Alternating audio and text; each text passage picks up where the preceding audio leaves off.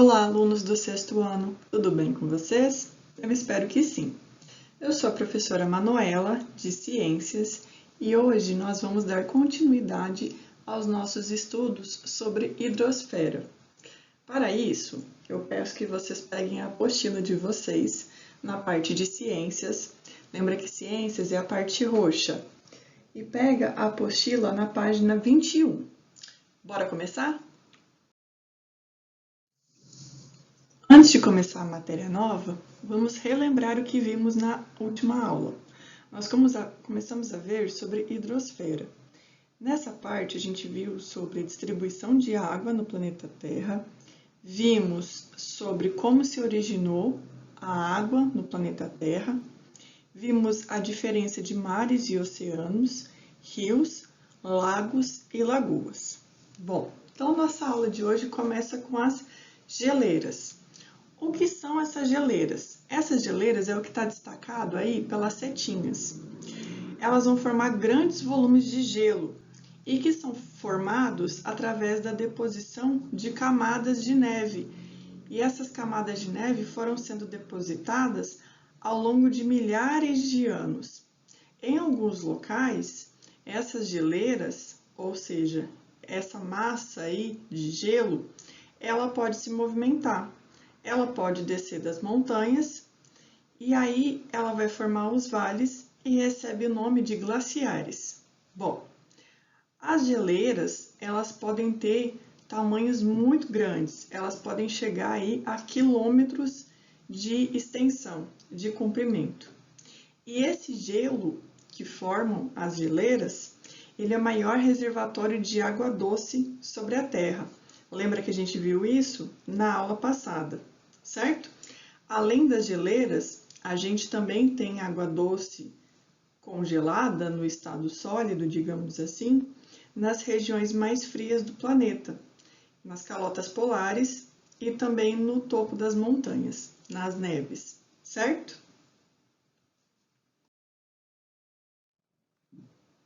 Em determinadas épocas do ano, quando é verão, por exemplo, nessas regiões que possuem geleiras, ou devido aí às mudanças climáticas, ao aumento da temperatura do planeta Terra, essas massas de gelo, ou seja, essas geleiras, elas começam a desprender partes dela e dão origem aos icebergs. Então, essa parte aí em destaque que vocês estão vendo, esse pedaço que está se desprendendo do restante da geleira, ele vai dar origem a um iceberg. Perceba que o iceberg, a parte dele para fora da água é bem menor do que a parte que fica dentro da água, certo? Então, os icebergs nada mais são do que pedaços de gelo que um dia fizeram parte aí de uma geleira, certo? De um bloco aí enorme de gelo.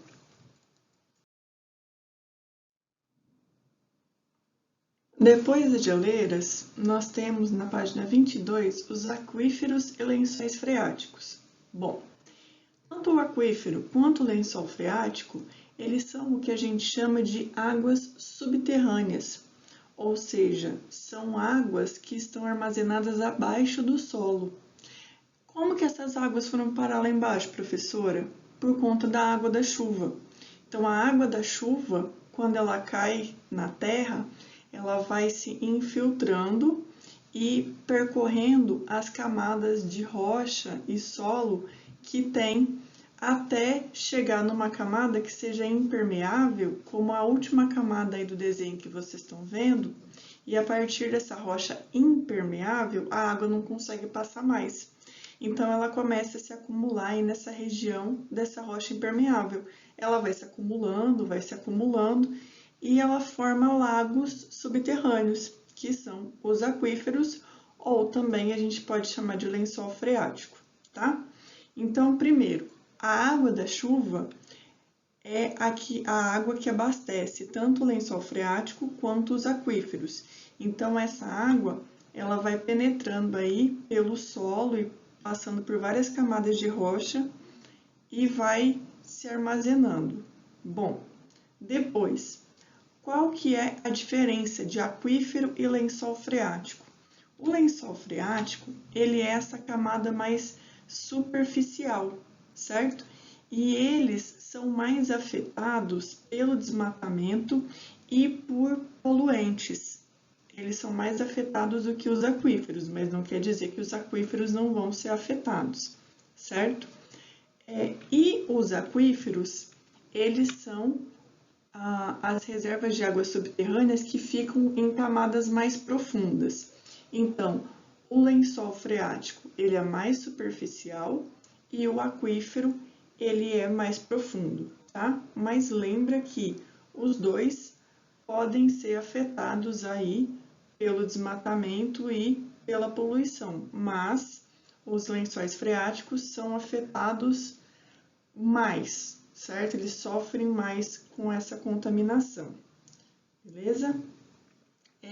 Outra coisa que você deve levar em conta é que os lençóis freáticos, junto com os rios, lagos e mares, eles armazenam a maior parte de água doce disponível para o consumo humano. Perdão, mares não, né? Os lençóis freáticos, os rios e os lagos, eles armazenam aí a maior parte de água doce disponível para o nosso consumo. Os mares não, os mares são água salgada, desculpa. Bom, e para ter acesso a essa água subterrânea, tanto essa água mais superficial que está nos lençóis freáticos, quanto águas mais profundas, que são as que formam os aquíferos, essas águas elas podem ser extraídas através de poços, certo? Então ali a gente tem o desenho, o exemplo de um poço artesiano coletando água lá do fundo do aquífero, ou também a gente pode ter poços comuns, como ali um de tijolo, que ele está coletando água do lençol freático, certo? Lógico que é mais fácil você construir um poço para retirar a água do lençol freático, né? Porque a profundidade é menor que você tem que fazer. Agora, um poço artesiano que vai retirar a água do aquífero, você tem que fazer um buraco mais profundo. Aí você pode se perguntar, ou me perguntar, né?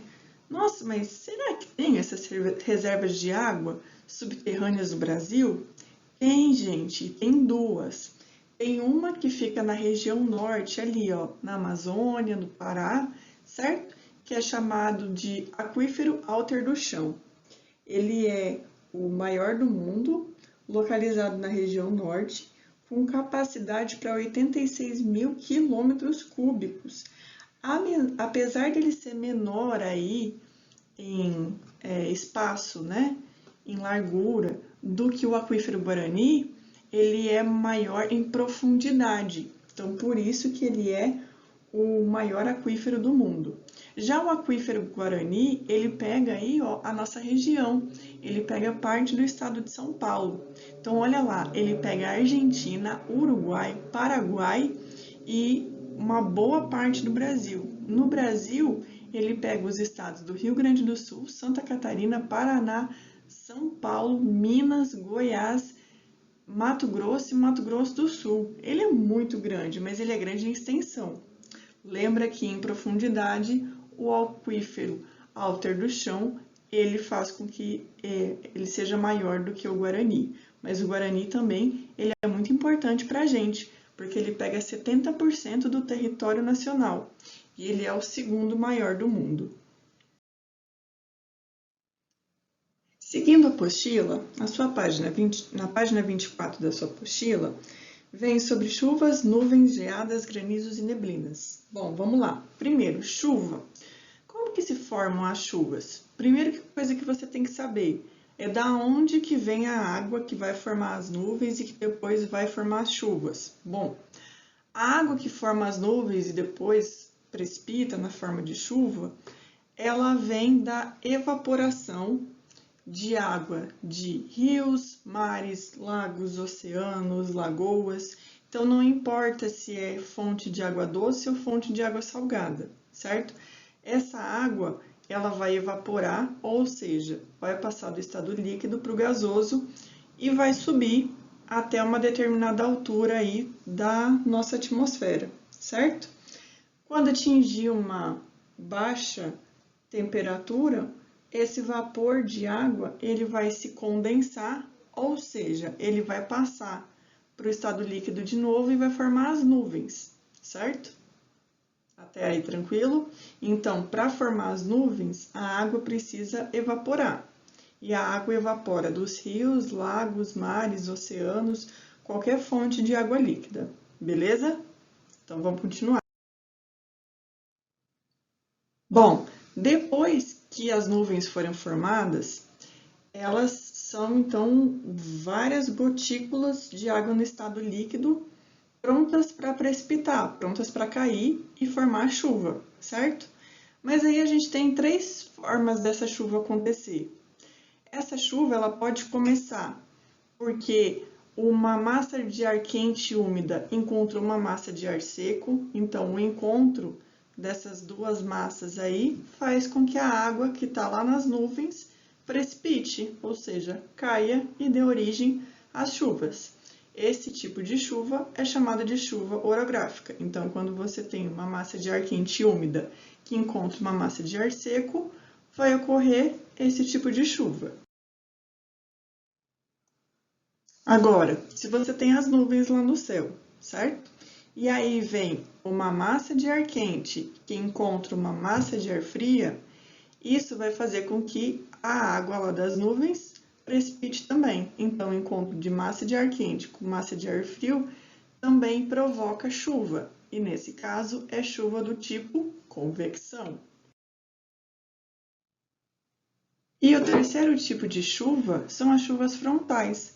Também é o encontro de uma massa de ar quente com uma massa de ar fria, mas agora a massa de ar quente passa por cima e a massa de ar fria passa por baixo.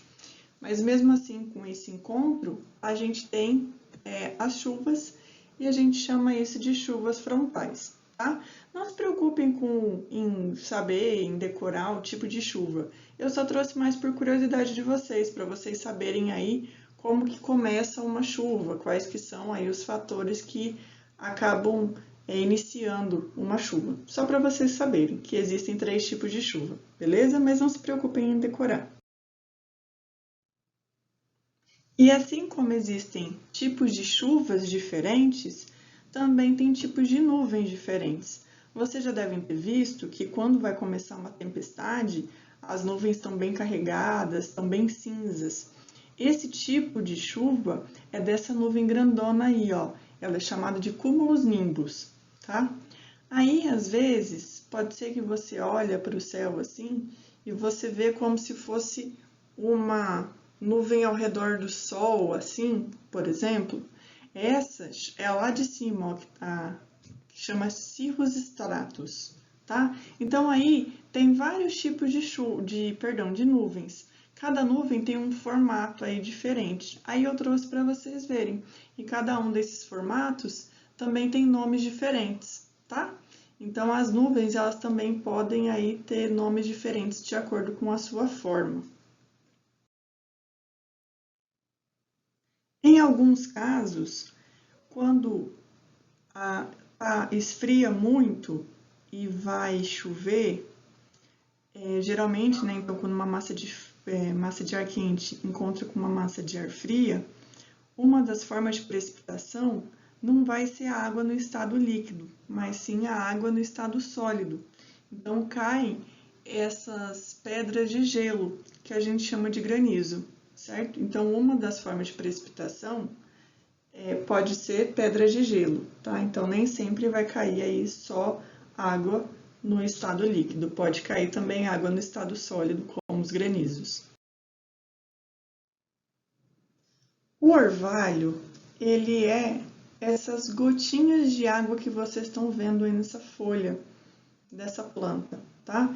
Então, às vezes, quando amanhece e tem essas gotinhas de água nas plantas, isso chama-se orvalho. Por que o orvalho acontece? Ele acontece quando ocorre a condensação de vapor d'água próximo do solo, certo? Ou seja, quando o vapor d'água que está próximo ali do solo, ele passa para o estado líquido, ou seja, ele condensa. Então, por isso que formam aí essas gotinhas de água. Mas se a temperatura está muito baixa, como aconteceu há 2 semanas atrás, que estava muito frio, ao invés de ter orvalho, vai ter a geada. Ou seja, aquelas gotículas ali no estado líquido que a gente viu no orvalho, como está muito frio, elas vão congelar.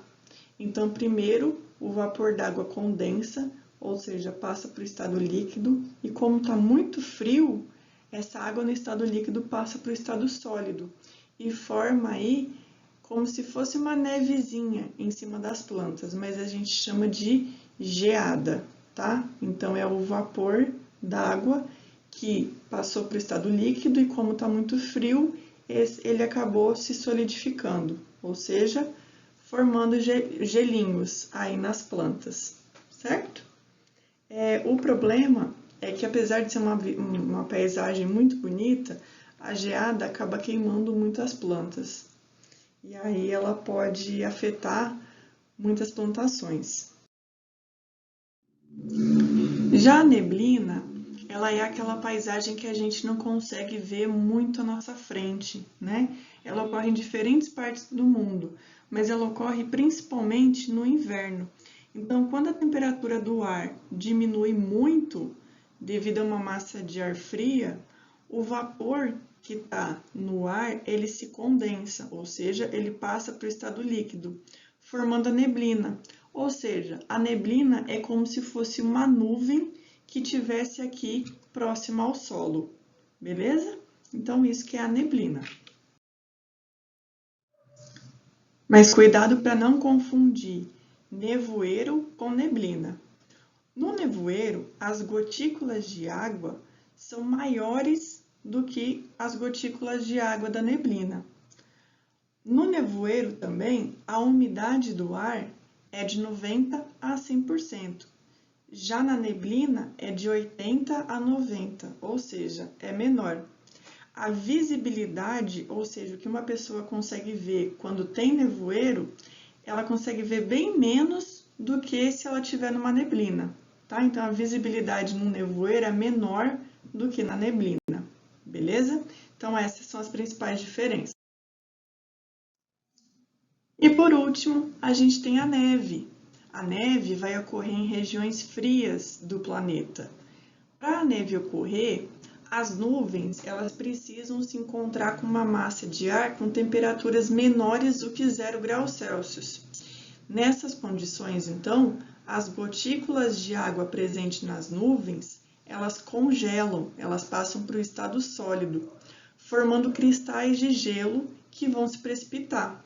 Então, ao invés de precipitar a água no estado líquido, precipita a água no estado sólido com formato de cristais de gelo. Bom, pessoal, nossa aula se encerra por aqui. Qualquer dúvida, vocês podem chamar eu, professora Manuela, ou a professora Isabela, ou o professor Cleiton. Não deixem de fazer os exercícios e qualquer coisa contem conosco. Abraços e bons estudos!